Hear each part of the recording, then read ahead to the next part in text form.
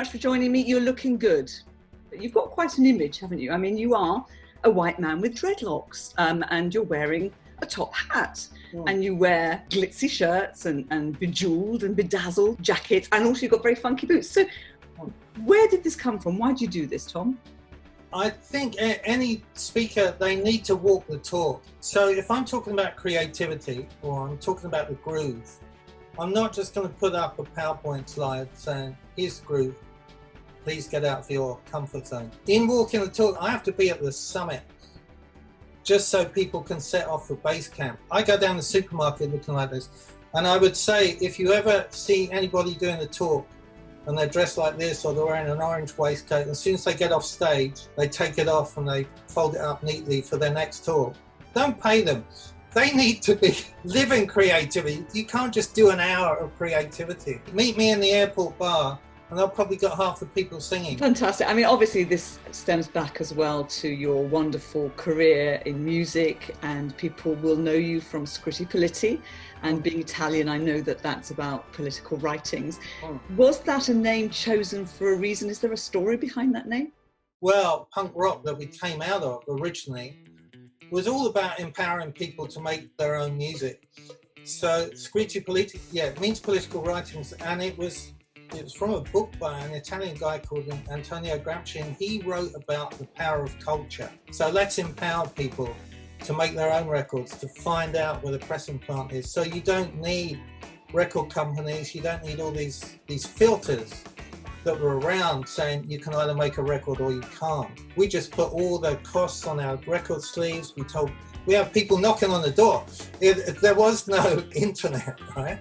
So we put our address on the record sleeves, and people would come and knock on the door and say, we want to make our own record. And we'd get out the yellow pages and we'd look up the nearest recording studio to their band, So Scritti Politti was a kind of attitude. Fantastic. And are there any rock and roll stories you can share? I love name dropping, so if you can drop some names and tell me a couple of stories.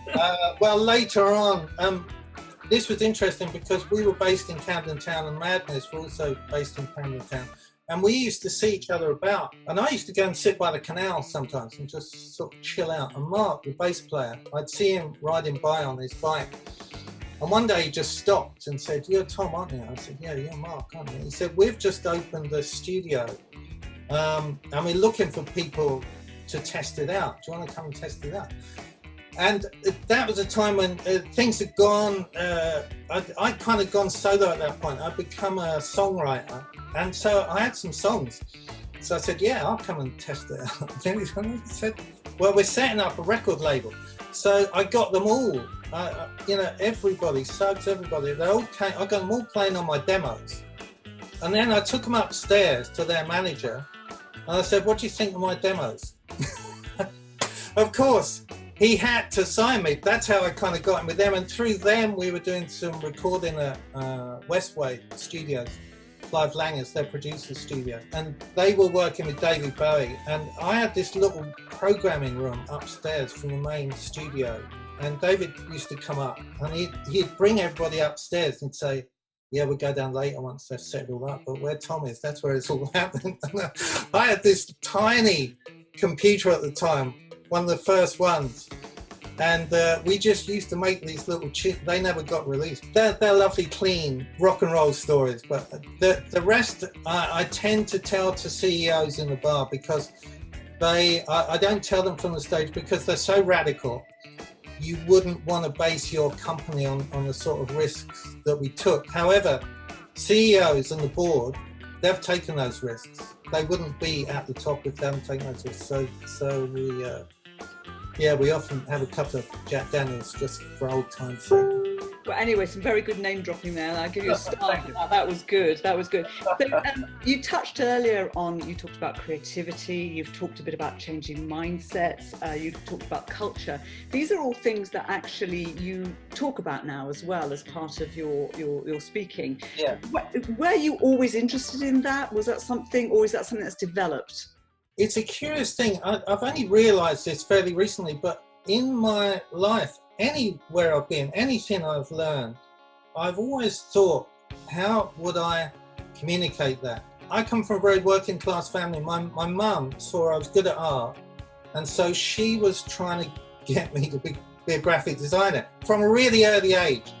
So we'd see something and she'd say, yeah, how can we advertise that? At school, we had this, we need to make a poster. So for a swimming pool we were fundraising for, my poster won the competition. And it was because of me and her talking about it. So consequently, when I got into personal development and psychology and how to work with the kind of imposter syndrome, which I know is a constant amongst everybody, whether they own up to it or not, I thought, right, so I'd learned a kind of self-help language that I know the cool people don't like. So I thought I'm going to write it as a remix process and I'm going to give it to my friends. And the thing about the remix process, which is on my website, and I mention in the talks, and sometimes that is the focus of the talks,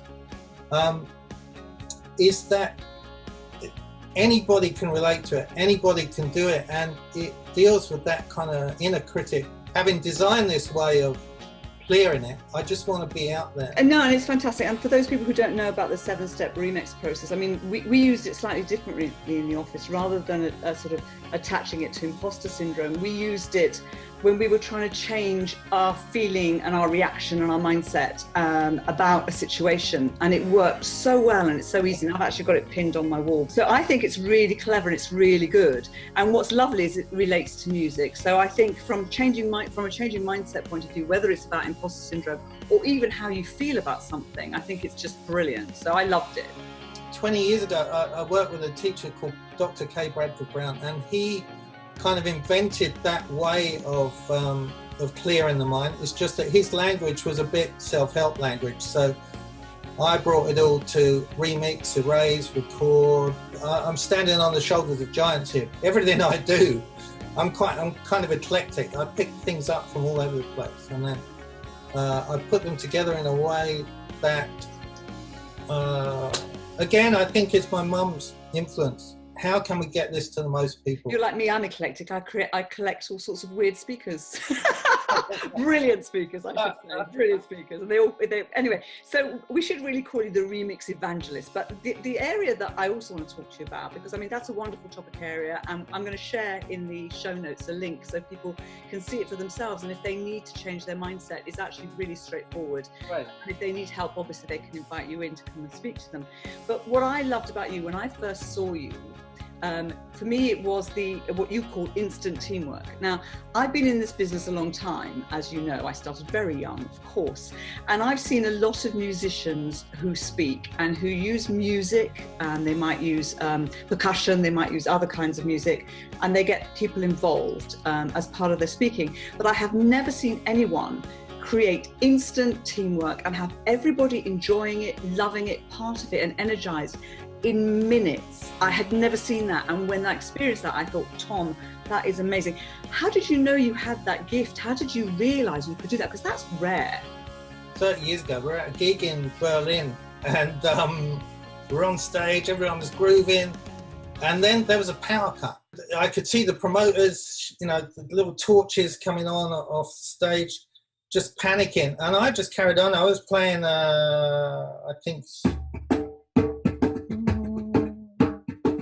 I was just playing a basic beat, and I just started singing, yo, yo, and then the audience came, yo, yo, yo, yo, yo, and then all the lights came on, all the power came on, and Green came in with a dang, dang, kind of reggae chop. Neil came in with a doo-doo, doo-doo. You can make something out of a disaster, out of chaos, and you know what? Everyone said you must have engineered that because it was so slick the way it came in, and the audience became so engaged at that point. And it took me 20 years to then, do all that I needed to do within the music business, and all the setup, instant teamwork. But I remembered that. I went out and bought 200 drums, and I thought, rather than just do call and response, let's have everybody drumming. I clicked that. People think they're this far away from their creativity, right? They're about that far away, and all you've got to do is that. You know what? I think that's a great way to start the day to energize people. It is, yeah. So, and drum for 5 minutes. Absolutely. Or when you're feeling really stressed out, it's really brilliant. So I've never forgotten that session, and which is how you and I ended up working together. And so, I mean, you're very active. Your brain is always going. You're full of energy. You're amazing. What do you do when you want to relax? I love to say I go scuba diving, because I love scuba diving, but I don't go scuba diving very often. On Sundays, we do something called Black Tie, White Lie. We pretend we've been up all night. We get a good night's sleep Saturday night. We pretend we've been up. We get dressed up in black tie, ball gowns. The women smudge their mascara and carry their little stilettos, and we meet up and we have an old shopping trolley which looks like we just found it in the street. It's got a big box in it. We can go and dance in fountains. We can give people roses. You know, on the bridge we throw roses to the pleasure boats underneath. The thing about the bridge, you know, lots of barriers have gone up on the bridges since the terrorist attack. We continue to bring barriers down, not physically, but between Londoners, because people come and dance with us, kids come and sing. Kids are fascinated, so we're all about connection. So, is that relaxing? I was just about to say that. I have a question for you. You mentioned the word permission. Why do you say you need permission to be creative?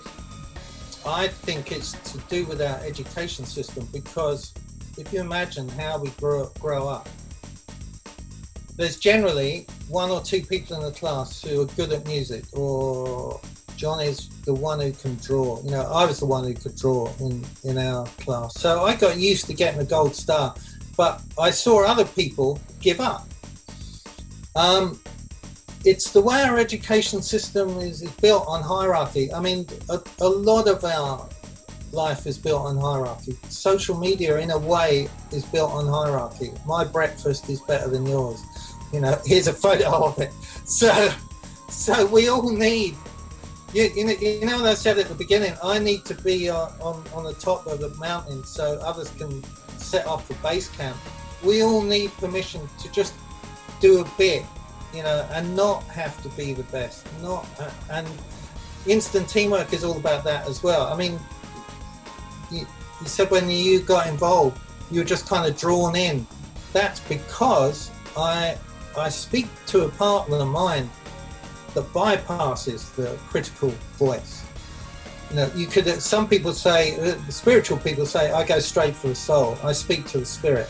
And the spirit is going, great, I've been waiting for you to turn up. What took you so long? Because we're not educated that way. We're educated, pass exams, remember stuff. It's all memory tests. And so that's quite, what was the question again? We would fail the memory test on both of us. That's hilarious. The question was about permission. I think you've answered it. I think. Yeah, well, I am the permission giver. That's why, you know, my tag is the rhythmic ringmaster, because the ringmaster doesn't do everything in the circus. He or she just says, okay, now we've got this happening, now we've got this happening, now we've got that, and that whole thing about here's a beat, the lights are off. Do you know what? I've just realised why that Berlin thing worked. It was because the lights were off. So everybody was safe. Nobody was judging themselves. Am I the best singer here? My grandmother, I learned this, she was in London in the war, and she said when the bombs were dropping during the Blitz, she was an East Ender. They'd all go down into the subway stations, and the kids were scared, so they would sing to the kids to calm them down. Now, they didn't say, I'd better do 3 months of singing lessons before I sing to the children. You know, they just sang.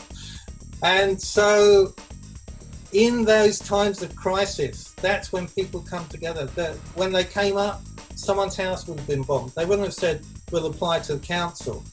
They said, all right, well, Johnny can come and stay with us. You know, they rehoused each other as that kind of crisis went on. It went on every night. She said that was the best time, the worst time of her life. It was the best time because those connections were being made. So again, I kind of go around the world building. I don't say this to clients, but I'm going to create a crisis in your conference in order to bring people together. But if I say we're all going to sing or we're all going to drum, there is something going on in people going, why didn't I take annual leave? But then when we start, they go, I'm so glad I came. I love that. Why didn't I take annual leave? That's brilliant. So finally, Tom, you've gone from music, with creativity, a musical career. You've become, a drummer, creating teams with your drumming, and now you've added speaking to that. So if you were looking back at Tom, who was starting to speak for clients at conferences and events, what advice would you give young Tom? I would say, because I've done so many things in my life. I've built houses in Africa. I've kind of helped a well be dug so an orphanage could be irrigated. All this stuff. A lot of it I haven't filmed, and now I would like to include some of that in my show reel. Not to say what a good guy I am, but just what I want to say and what my message is be creative all the time. Don't wait for the creativity session or the away day or and so if I look back, we've built whole castles in the pub car park where we live out of cardboard boxes with kids during the bank holiday.